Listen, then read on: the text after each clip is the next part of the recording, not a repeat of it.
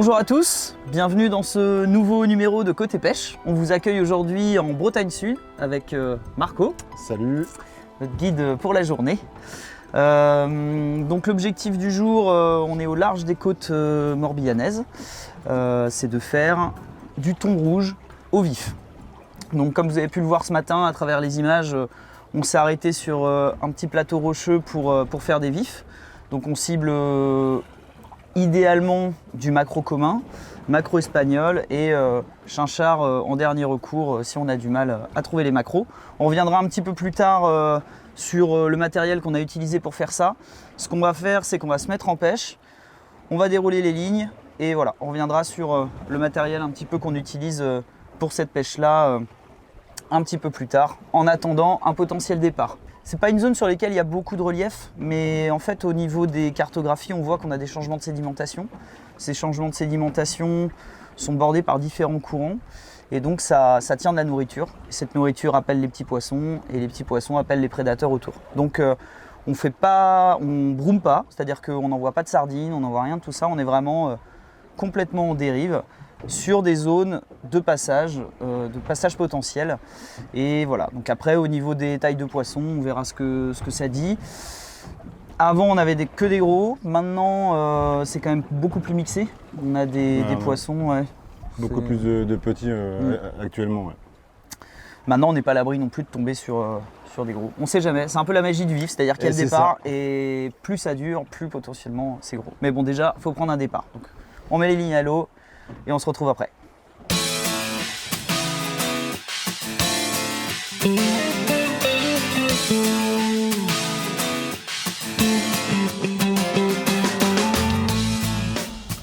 Donc on a navigué un petit peu pour essayer de, comme la zone est large, essayer de trouver un petit peu d'activité. On cherche des signes, des oiseaux, des dauphins, voilà, de l'activité en règle générale.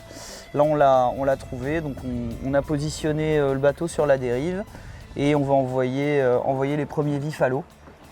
Alors on va commencer par un montage Catalina. En fait on pêche avec des circles et en plus on a quand même pas mal de dérives. Je pense qu'on a à peu près 1 nœud 3 de dérives. Donc pour la nage du vif, ce sera plus facile. Enfin, en tout cas, il ne va pas se décrocher de l'hameçon, quoi. En fait, on a deux montages. On a soit la solution où donc on laisse partir un ballon et on accroche le maquereau par le dos, sans plomb. C'est-à-dire que le maquereau, il va toujours essayer d'aller chercher le fond, mais il va être retenu par le ballon comme le système d'un bouchon. Et ça va le maintenir à une certaine profondeur. Maintenant, voilà. Quand il y a beaucoup de dérives comme ça, il y a de la houle. Si le maquereau il est accroché par le dos, il va pas avoir une nage naturelle. On attend du vif quand même qu'il ait une nage assez naturelle. Et donc pour ça, le montage Catalina, comme il est accroché par l'avant, il peut y avoir de la houle, il peut y avoir de la dérive. Ça bride beaucoup moins en fait. Et ça permet de le plomber. Il va nager naturellement dans la dérive en fait. Et puis de le plomber et de le mettre à la profondeur souhaitée. C'est ça. Bon allez, feu. Allez. Oh, c'est une balle.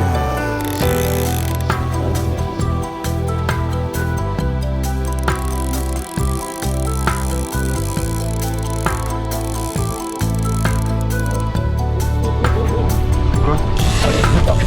Attends, c'est bon.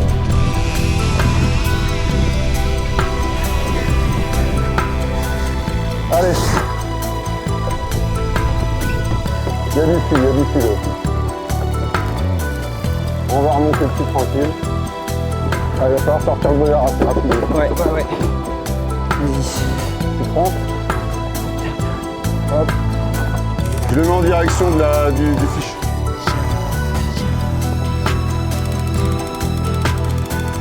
Vas-y. Attends. Je vais venir te piquer. C'est bien équilibré? C'est bien. Impec, ça roule mon loulou. Allez, on va remonter dessus tranquille, on va reprendre un peu. Bah là on a bien récupéré. Hein. Tu mettras un cran. Ouais, c'est quoi? C'est un petit peu tuyau. Ouais, c'est bon. Nickel. Allez.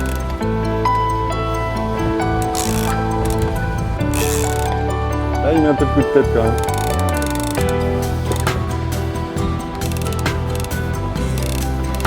Il est là le poisson. Il est sous le bateau là. Ouais, bah, il tourne. Allez, bah, reste comme ça. Il va remonter tranquille. Il va falloir aligner. Il monte. Attends, on voit.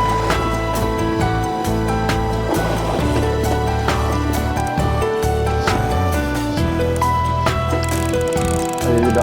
Attention. Tu fais gaffe quand même.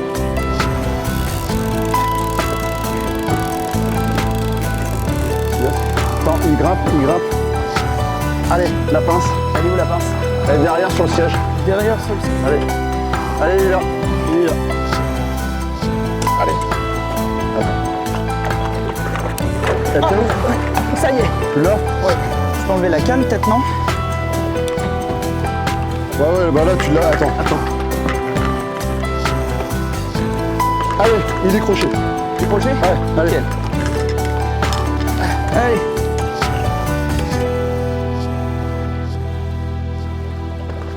On est ready? Yes. Ça repart. Ouais, ça repart. Eh ouais, mon loulou. Ça y est. C'est cool. Nickel. Yes. Bon, ça y est, les cannes sont calées. Comme promis, on va vous faire un petit point sur le matériel qu'on utilise. Donc, pour attaquer les vifs ce matin, très simplement, on part sur un montage avec un jig et une mitraillette. Il n'y a rien de plus efficace. Après, si vous avez deux cannes, mettez une mitraillette rouge, une mitraillette blanche. Il y a des jours où il y a des mitraillettes qui marchent mieux que d'autres, ça permet de les faire un peu plus vite. Et puis après, au niveau du jig, on va essayer de travailler le grammage. Il ne faut pas que ça descende trop vite, il faut que ça plane un petit peu. Et c'est vraiment l'effet planant en général à la descente, on a remarqué, qui permet de faire mordre les macros. Au-dessus, sur le corps de ligne, donc en 40 centièmes, je mets une agrafe. Pourquoi? Parce que on est amené à changer de montage rapidement sur ce genre de zone là. En fait, on trouve au fond différentes espèces, du lieu, de la julienne, voilà, différentes choses. Et c'est important pour nous d'avoir pas partir avec 36 000 cannes et avoir une canne un petit peu à tout faire. Donc c'est une gamme qu'on a développée cette année, qui sont les bataillons solides carbone. Et c'est vrai qu'une canne casting comme ça, avec une agrafe, on change de montage facilement. On peut s'adresser à différentes espèces, on peut aller pêcher du lieu, de la julienne. C'est des cannes qu'on peut charger sans problème en termes de grammage. Montage brésilien, ce qui fait qu'on n'a pas la tresse qui va sur le blanc. Et on est sur des cannes de type slow jig, voilà, donc qui peuvent solide carbone pour le coup. Donc c'est du carbone qui est complètement flex, incassable. Et ça permet, voilà, même si vous faites des petits macros, on va au large, on tombe sur des gros lieux, de les monter sans problème. Et c'est vraiment une canne à tout faire. Et ça évite de se surcharger, parce que quand on part au thon, on a pas mal de matos. Et chaque gain de place, c'est quand même pas mal. Dessus, on a deux choix de moulinets. On peut mettre des moulinets à profil rond ou des moulinets low profile. Moi, j'ai fait le choix du low profile parce que je préfère la prise en main du low profile. Et en plus, avec une manivelle un petit peu custom dessus, comme ça, en power handle, et ben ça permet d'avoir un bras de levier qui est plus important. Et au final, c'est vachement plus confort plutôt que d'avoir une petite manivelle. Donc même là, on est sur une taille 400 parce que j'aime bien avoir de la contenance. Et ça, c'est une canne que si jamais on va sur Armen ou sur des zones vraiment beaucoup plus profondes, je sais que s'il y a 150 mètres de fond, 100 mètres de fond, je peux pêcher avec. J'ai 300 mètres de tresse dessus. Et après, il y a des tailles, voilà, ça existe en taille plus petite, mais on peut mettre de la power handle dessus. C'est vraiment un confort. Et l'avantage aussi de la canne slow jig, c'est qu'on a un talon qui est assez long. Et du coup, on peut la mettre vraiment sous l'aisselle comme ça. Et ça permet de pêcher confort. Parce que quand on pêche dans 80 mètres toute la journée aussi, c'est vrai que on peut finir par avoir mal au poignet, quoi. Donc le confort est important et un petit ensemble comme ça, ça va super bien. Ensuite, pour ce qui est de nos cannes à vif, on est sur la canne Conflict XR Trolling, version XR Tuna. Donc on a trois modèles, une 20-40 livres, une 30-60 livres, une 50-80 livres. Tous les modèles font 1,98 m. L'avantage de cette longueur, en fait, plus on va avoir de longueur, plus on va avoir de souplesse, plus on va avoir un effet de ressort. Cet effet de ressort, bien évidemment, il est important pour travailler le poisson, mais plus il y a de longueur, plus l'effet de ressort, on le ressent dans le dos. Donc le fait d'avoir des cannes courtes, ça permet d'avoir plus de puissance, un effet de ressort plus nerveux pour mieux travailler le poisson. On a un montage comme pour la petite jigging brésilien en spirale, ce qui fait que la ligne suit vraiment le sens du blanc, appuie sur les anneaux et pas sur le blanc de la canne. Là on est sur un modèle qui est donné 50-80 livres, même si pour moi il développe plus 80 livres que 50 livres. On a une grande poignée de combat en EVA à l'avant, un peu striée, ce qui permet d'avoir une bonne prise. Au niveau du porte-moulinet, aluminium, double bac de serrage. C'est important d'avoir des composants comme ça en alu avec des doubles bacs de serrage parce que les thons, c'est des poissons qui sont quand même assez violents et qui poussent le matériel un peu dans leur retranchement. Donc ça permet de bien sécuriser le moulinet. Et on finit avec un talon cardan. Deux avantages. Le premier, c'est quand on le met dans le porte-canne, ça cale bien la canne.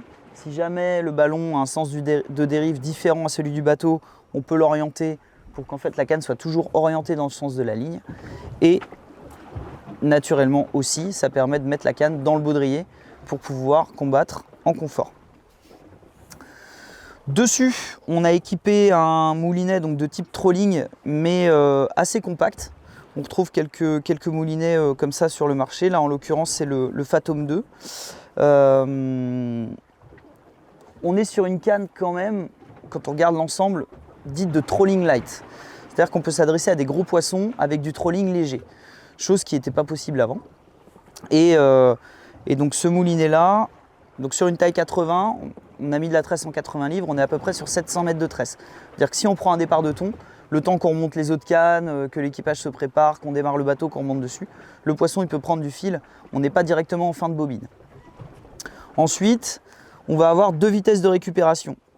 Là, si j'appuie sur le bouton ici, on va avoir une vitesse de récupération lente. Et si je réappuie là, on revient sur une vitesse de récupération rapide. Si on est en pression avec le poisson, parfois récupérer mètre par mètre, c'est compliqué. Donc on peut passer en vitesse de récupération lente. Et si au contraire on est sur un poisson qui va vite, qui revient au bateau, on repasse sur une vitesse de récupération rapide. Important sur ce type de moulinet, ce type d'ensemble, comme c'est des cannes qui sont quand même faites pour être mises dans des baudriers, avoir des petits œillets sur le moulinet comme ça, pour pouvoir fixer le moulinet au baudrier et travailler vraiment en confort. La puissance du frein aussi, même si on ne va jamais complètement buter parce qu'on va jusqu'à au-delà de 25 kg, ça permet d'économiser le moulinet et d'être sûr d'avoir quelque chose qui tient la route. Après, au niveau du montage, on part sur un hameçon cercle, hameçon circle. Pourquoi? Parce que quand le poisson, le thon saisit du poisson, naturellement, l'hameçon, avec la pression, va venir se mettre dans l'échancrure. C'est-à-dire qu'on a peu de risques que le poisson se pique au niveau des branchies, saigne, et ça permet de les relâcher dans de bonnes conditions. Petit truc, en général, le thon, c'est un poisson, quand il arrive à la verticale, qui va faire des tours comme ça, beaucoup. Et si on ne met pas de rolling quelque part dans le montage, on va se retrouver avec une tresse qui vrille. Donc on va être obligé de dévriller la tresse, ça peut la fragiliser. Là on a fait le choix de mettre le rolling directement sur l'hameçon, donc c'est des hameçons avec rolling intégré, et ce qui nous permet ensuite de faire un montage en direct, de ne pas mettre un rolling entre les deux bas de ligne, si on met deux bas de ligne, et donc de gagner en discrétion aussi. À ça, on le relie avec un nœud palomar. Si jamais on est sur du très gros fluoro avec un petit œillet, on va faire un nœud tube, parce que les deux fluoros pour le palomar passeront pas. Et ensuite, en termes de bas de ligne, on va avoir 30, 50, on peut même mettre 80 mètres de nylon qu'on va raccorder à la tresse avec un long nœud FG ou une chaussette. En termes de taille de bas de ligne, ça dépend des conditions. C'est-à-dire que si on est sur des conditions calmes, il n'y a pas beaucoup de coefficients, il n'y a pas beaucoup de courant, on va parfois descendre en 80-75 livres. A contrario, quand on est sur des grosses activités de poissons avec une eau qui peut être un petit peu teintée, on peut monter en 130 livres sans problème. Et même au-delà dans certaines régions. Ça dépend aussi des régions. Pour revenir sur le montage, l'hameçon, on va compter 6-7 mètres. Là, on va mettre notre plomb avec un élastique. Et ensuite, on va placer l'élastique avec le ballon à 15, 20, 25 mètres en fonction de la profondeur dans laquelle on souhaite que le vif se trouve. Voilà pour la petite présentation du matériel. Le thon, c'est un poisson qui demande quand même beaucoup de contraintes au matériel, donc c'est important d'avoir du matériel fiable et parfois il faut partir avec une taille 80, on est sûr que ça bouge pas, une canne en 80 livres, voire plus, et toujours s'adapter à la taille des poissons pour essayer de les combattre dans de bonnes conditions, abréger aussi les combats, économiser le pêcheur, économiser le poisson, pour que tout le monde reparte dans de bonnes conditions. Et puis on espère vous montrer ça avec un départ.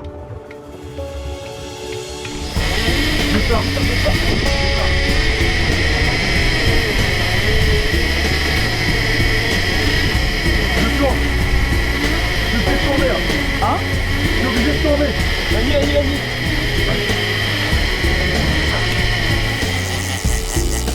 Vas-y. Tu sais que celle-là, là où t'es, là, il y a du frein déjà. Hein.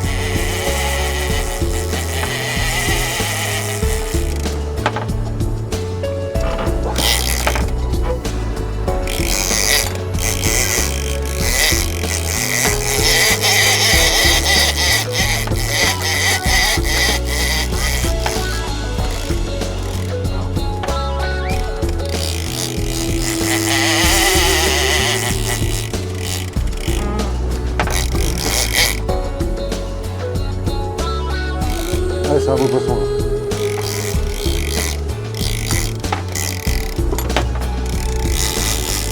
C'est que ça, je pense que c'est un 2 mètres, au moins. Ouais. Franchement. Je sens les coups de tête.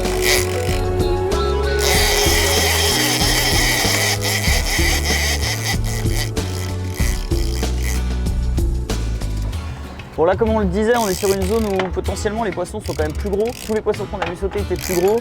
Et c'est toujours bien sur le bateau d'avoir une trolling un peu plus forte. Parce que quand on tombe sur des groupes de gros poissons, il faut être prêt à pas mal de choses. Et du coup, c'est la canne qu'on a calée la plus loin du bateau, par souci de discrétion, parce que les gros poissons sont aussi plus méfiants. Donc ça a piqué sur la grosse. Et heureusement, parce que du coup là, on voit que c'est quand même plus confort pour Marco, quoi.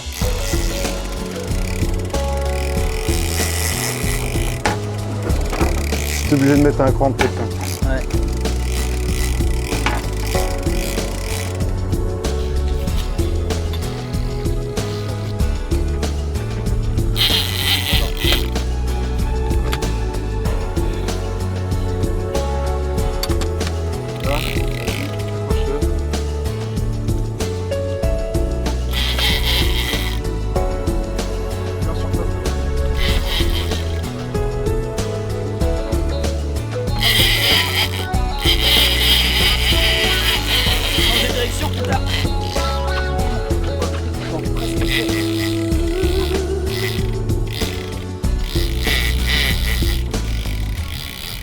Bon, cette journée s'achève. Il s'achève bien. Ouais, on a eu la chance d'avoir un départ, et un sacré départ en fait. Et on s'attendait quand même à un poisson plus gros, et puis il nous a quand même mis la misère au niveau du combat, quoi. Ouais, il nous a fait un sacré départ. Hein. Et puis c'est ce que tu dis souvent, c'est que c'est des poissons qui ont tous des comportements différents en fait. Ouais, c'est ça. Et je pense que celui-là c'était un petit teigneux. Ouais, on peut dire ça. Donc non, super. En tout cas, super combat, super journée. On a la chance de faire 2 poissons sur 2 zones différentes, sur 2 cannes différentes. En plus, c'est toujours bien. Un petit poisson sur la trolling light et un plus gros sur la canne un peu plus costaud. Comme quoi la vie est bien faite. Et puis on est en fin de saison là cette année. On a la chance de pouvoir baguer un poisson cette année. On l'a pas encore fait, donc on va profiter de cette occasion pour le faire et puis partager ça en famille, entre amis et garder plein de belles choses en tête pour être de retour l'année prochaine. Qu'on puisse continuer à faire ça encore pendant longtemps. Et voilà. Bien joué mon Foucault. Bien joué.